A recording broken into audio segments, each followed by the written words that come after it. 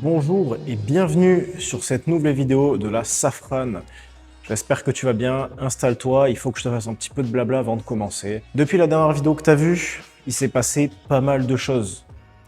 J'ai vraiment beaucoup roulé la voiture, là depuis que je l'ai, j'y ai mis plus de 5000 km en 3-4 mois on va dire, plutôt 3 mois.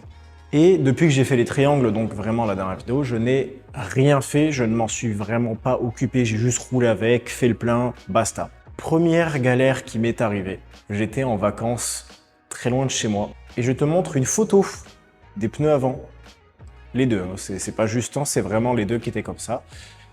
Donc les roues que j'avais achetées avec des pneus en bon état, finalement, les pneus n'étaient absolument pas en bon état parce que je leur ai mis quelques milliers de kilomètres et ils étaient déjà morts. Donc j'ai solutionné le problème, j'ai acheté des pneus, je les ai partiellement changés, j'ai eu des galères parce que j'ai acheté deux pneus neufs, deux pneus d'occasion qui avaient 1000 km.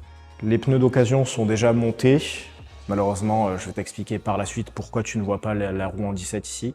Quant aux pneus neufs, j'ai eu des grosses galères avec le site, donc je te parle du site Grip 500. Et je t'en parle pas en bien parce que c'est vraiment le pire site auquel j'ai eu affaire de toute ma vie. J'ai commandé des pneus sur plein de sites, mais vraiment beaucoup. Et ça, c'est le pire site que j'ai jamais eu de toute ma vie. C'est-à-dire que le service est nul, le service après-vente est nul, tu leur réclames quelque chose, ils t'envoient globalement chier. Donc si un jour tu dois commander des pneus sur Grip 500, mais juste abstiens-toi, ne le fais pas, commande autre part, commande sur un, deux, trois pneus, Allo Pneus, Noroto, même Autodoc, peu importe, mais pas Grip 500. Maintenant, pour ce qui est de la raison de pourquoi il y a la roue d'origine et pas la roue en 17 là, il faut que je te parle d'une autre connerie, mais une belle. Hein. Là, je t'en ai fait une belle. La voiture, récemment, je la sentais un peu bizarre. C'est-à-dire que quand j'accélérais, je sentais qu'elle cherchait un peu la route. Tu vois, elle zigzaguait un peu, elle tanguait dans tous les sens, elle bougeait, elle était vraiment pas précise sur la direction. Puis quand je relâchais les gaz, après avoir accéléré, gros coup de volant à gauche et elle partait d'un coup sur la gauche. Et quand je freinais, elle partait à droite. Et à chaque fois, ça faisait des cloc, cloc. Je me dis, putain, c'est bizarre. Mais vraiment bizarre. Du coup, je l'ai laissé au garage. J'ai daily, du coup, la Mégane pendant quelques temps. Et quand il a fallu que je revienne m'occuper d'elle, je me suis dit, avant de m'en occuper, je vais aller faire un tour avec. Pour la montrer à des potes. J'arrive à un dos d'âne. En main, je freine. Et là, plam, la voiture qui se pose d'un côté, le volant qui se tourne d'un coup, et j'entends un bruit de frottement. Je m'arrête, et là je vois qu'en fait, la roue est vraiment... j'ai même pas de photo, c'est dommage, hein, c'est dommage. Mais en gros, la roue était complètement derrière, à l'arrière du passage de roue, et posée. Donc derrière, posée, et un peu braquée. Voilà. Donc je démonte la roue au milieu de la route, et là, je vois que j'ai une vis du triangle qui s'est barrée. Voilà. Donc j'ai été négligent, c'est entièrement ma faute, je vais pas blâmer quiconque, c'est 100% ma faute, j'ai été vraiment idiot sur ce coup-là. De pas vérifier le serrage du triangle, parce qu'en plus je me suis dit, on dirait que c'est un triangle qui est desserré, mais j'ai quand même voulu aller faire ce tour. En plus, quand j'ai voulu aller faire ce tour, la caisse, ça faisait 2 semaines qu'elle avait pas démarré, et vraiment, j'ai tourné la clé, et elle démarrait pas. Et ça m'a pas mis la puce à l'oreille de, elle a pas envie de démarrer, peut-être que, voilà. J'ai forcé, elle a démarré, elle aurait pas dû. Elle aurait vraiment pas dû. Parce que tu vois, une fois que le triangle s'est barré, la roue, elle bouge un peu dans le passage de roue, de manière un peu indépendante, elle fait sa vie. Et là, j'ai la merveilleuse idée d'essayer d'avancer. Sauf que je te rappelle que le triangle est complètement reculé dans son passage de roue, parce qu'en gros, c'est la vis, celle du milieu.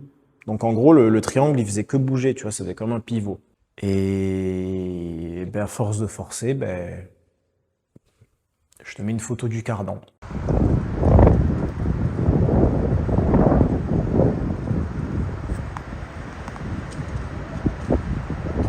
Le cardan tout neuf, sinon c'est pas drôle. Donc une fois de plus, dépannage. Encore une fois, merci à Thomas, c'est la deuxième fois qu'il dépanne la voiture. D'ailleurs, petite vidéo pour te mettre dans le contexte des conditions météo dans laquelle la voiture a été dépannée. extrait. Ça peut être un peu chaud. Faut juste que je retrouve le... C'est... Ouais. Ouais. J'avais super bien réussi à le faire en plus. Les gars, c'est vraiment tous les mêmes du tout. Pas de problème.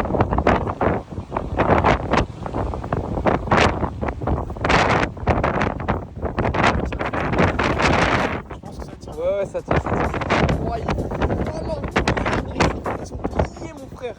Il pleut.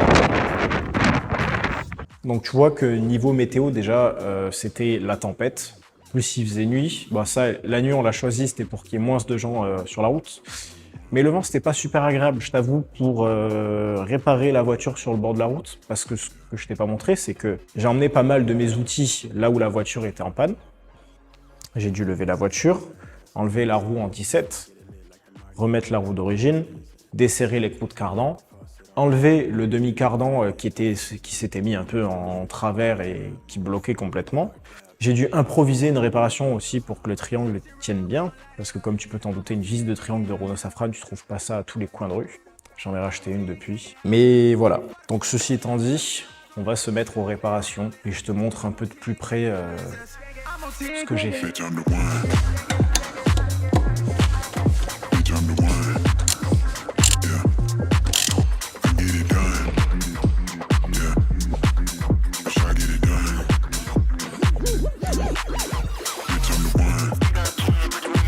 On va se mettre confortable pour travailler quand même.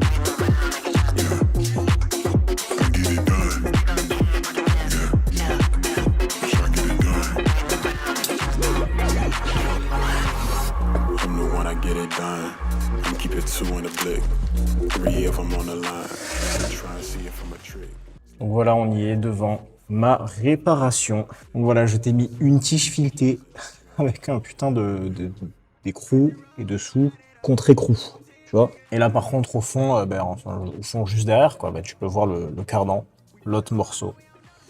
Parce qu'il y a une partie qui est là, tu vois. Et l'autre partie, elle est toujours attachée à la boîte, quoi. Donc je vais essayer de tout remonter et on verra. Donc je vais démonter tout pour faire de la place pour repasser le cardan et voilà.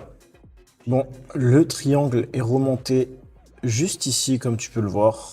J'ai pas filmé parce que tu commences à avoir l'habitude de me voir travailler dans ce genre d'espace. Tu commences à connaître la musique, t'enlèves ça et ensuite t'enlèves l'étrier, tu le suces par au-dessus. Enfin bref, quoi, tu commences à connaître la voiture aussi bien que moi, quoi. Donc maintenant, je vais essayer d'attaquer le cardan au fond. Ça par contre, j'ai filmé parce que ça promet d'être intéressant. Oh là là là là là là là là là. Regarde-moi ça, c'est pas beau. C'est vraiment pas beau. Le soufflet, il a pris, il a pris le tarif, quoi. Il a vraiment pris le tarif. Par contre, il y a des petits cailloux partout, je sais pas... je vais pas remettre ça comme ça, quand même, hein, ça craint. J'ai très brièvement nettoyé le cardan. Il faut le ranquiller derrière. Est-ce que ça va être simple? Je n'en ai aucune idée, j'ai jamais fait.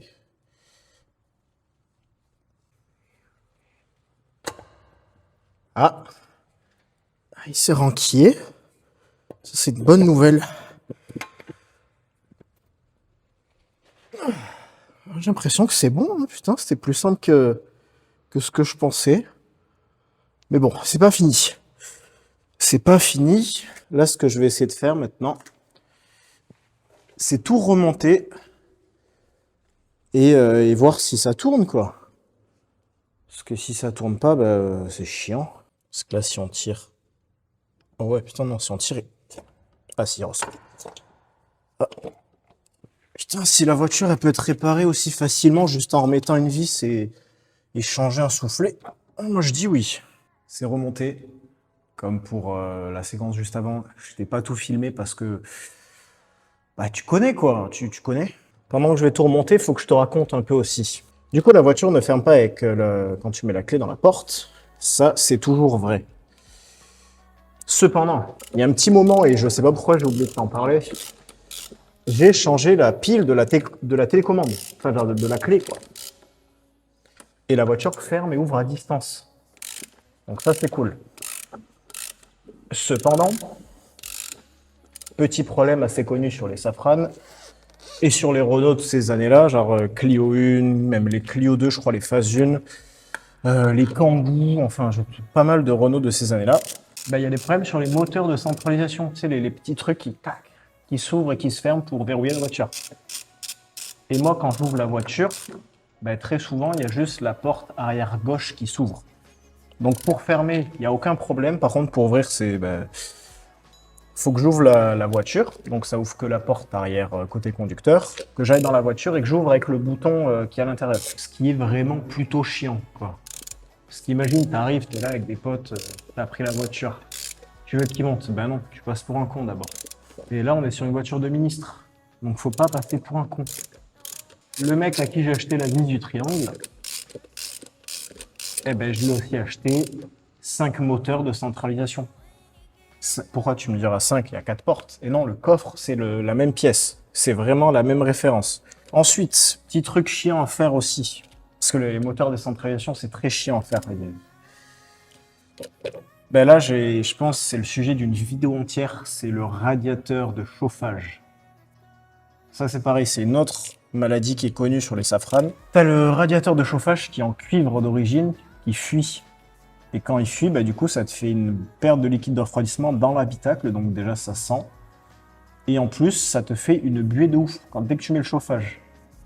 Donc moi, ce que je fais maintenant, c'est que je roule à H24 avec le désembuage. Ce qui est assez relou, je vais pas te mentir. Donc plus tard, tu auras une vidéo entière sur le radiateur de chauffage. Et je te dis une vidéo entière parce qu'il y a à peu près 10 heures de travail. Tu verras dans la vidéo, je te spoil pas ce qu'il faut démonter, ce qu'il faut bouger, ce qu'il faut... Mais du peu que je me suis renseigné, vraiment, j'ai absolument pas envie de le faire. Mais bon, il va falloir le faire. Parce que comme j'expliquais dans un commentaire de la dernière vidéo d'ailleurs, si tu l'as pas vu, va la voir, c'est des petites vidéos vlog que je fais quand je vais sur des salons.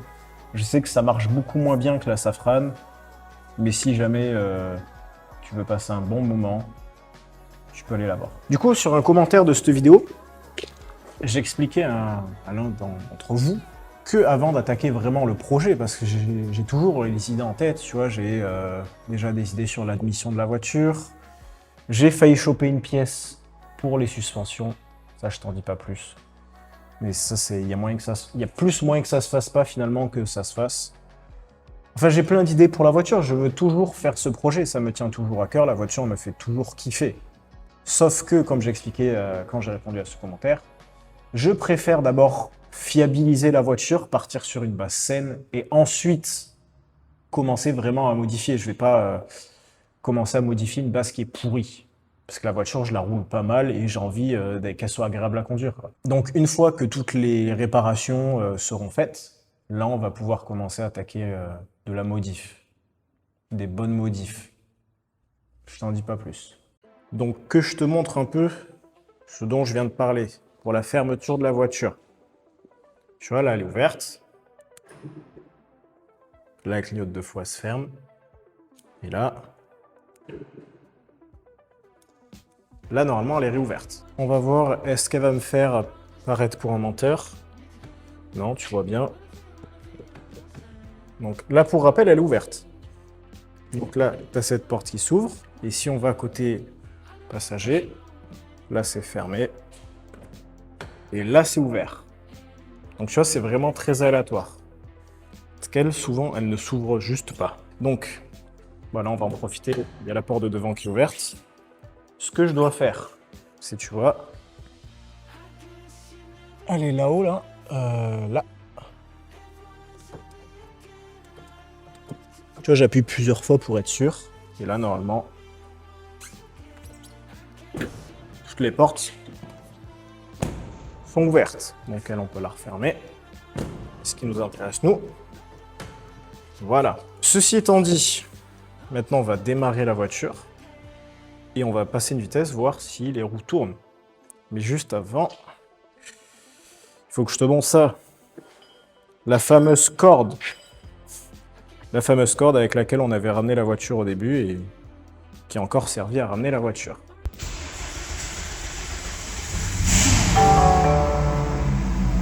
Donc là, tu as pu voir que la voiture a un petit peu de mal à démarrer, c'est parce que ça fait presque une semaine qu'elle n'a pas tourné.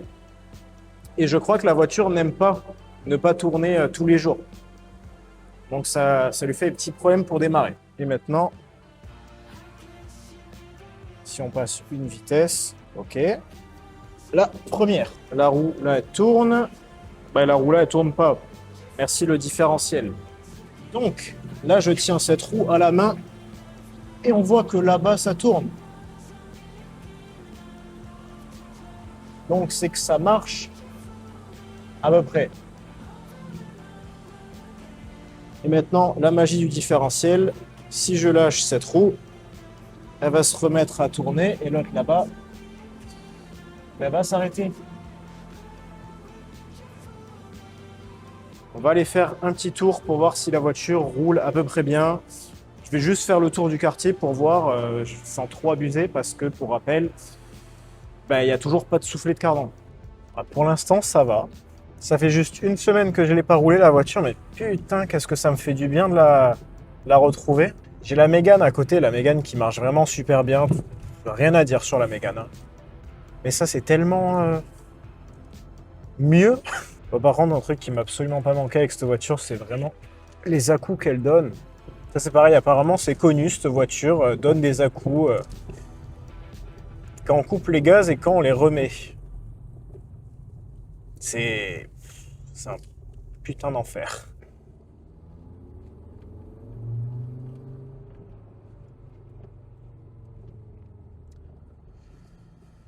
Ça me choque toujours autant à quel point, genre malgré la taille du moteur, cette caisse n'a rien dans le cul en bas régime. C'est quelque chose. Hein. Ça manque de couple en fait par rapport au poids de la voiture. Ça manque vraiment de couple. D'où le fait que j'ai envie d'y mettre un turbo pour compléter un peu ces lacunes. Là évidemment, je suis en seconde à basse vitesse. Dès que tu accélères, ça part. Mais bon, malgré le soufflet de cardan qui est absent, quoi.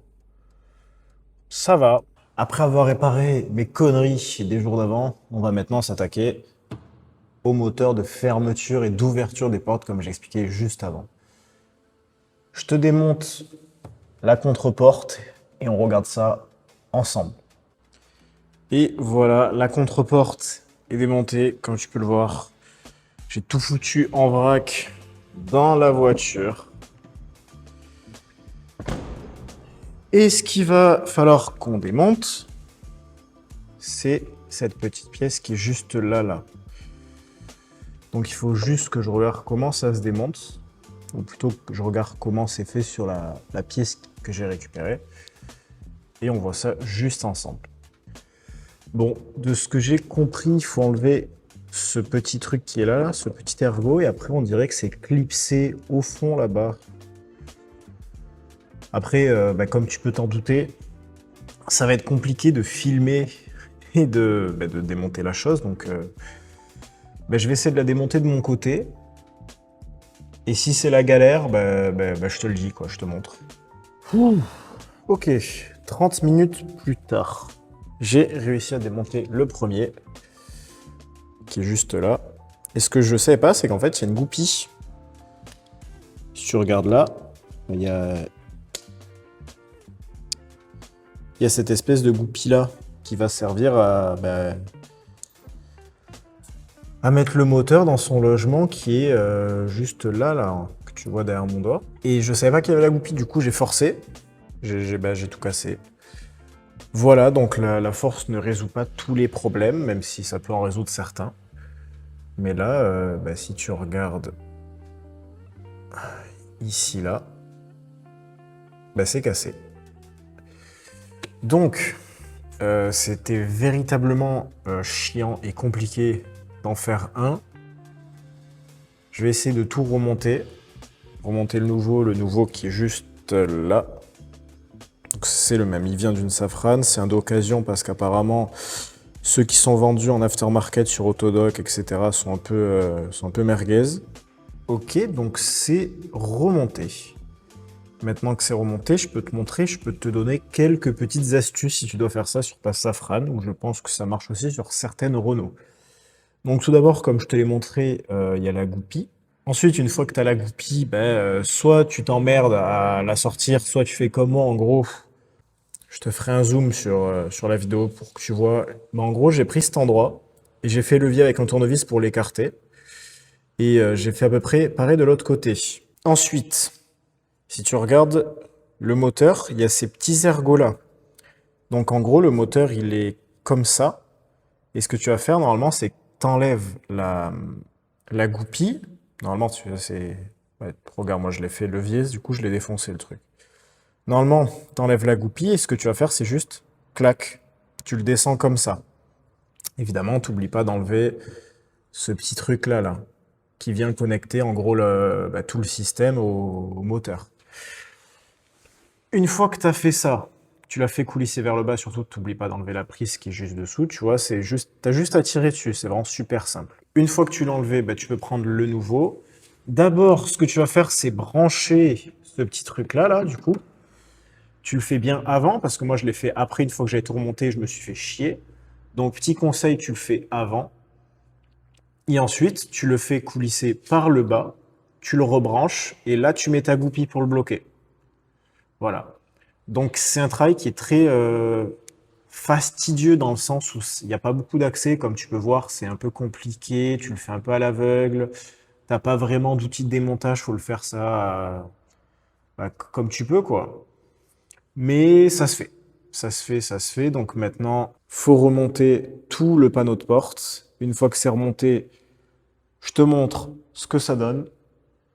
Et on essaye avec la clé de la voiture directement, quoi. Eh ben c'est fini. Tout est remonté, donc on va faire le test. Donc là, la voiture, normalement, elle est fermée. Et là, elle devrait s'ouvrir.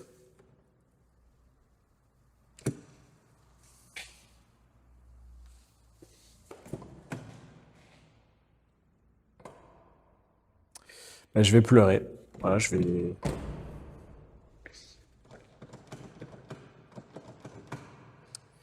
vais juste pleurer. Voilà, j'ai gaspillé vraiment 2 heures pour rien.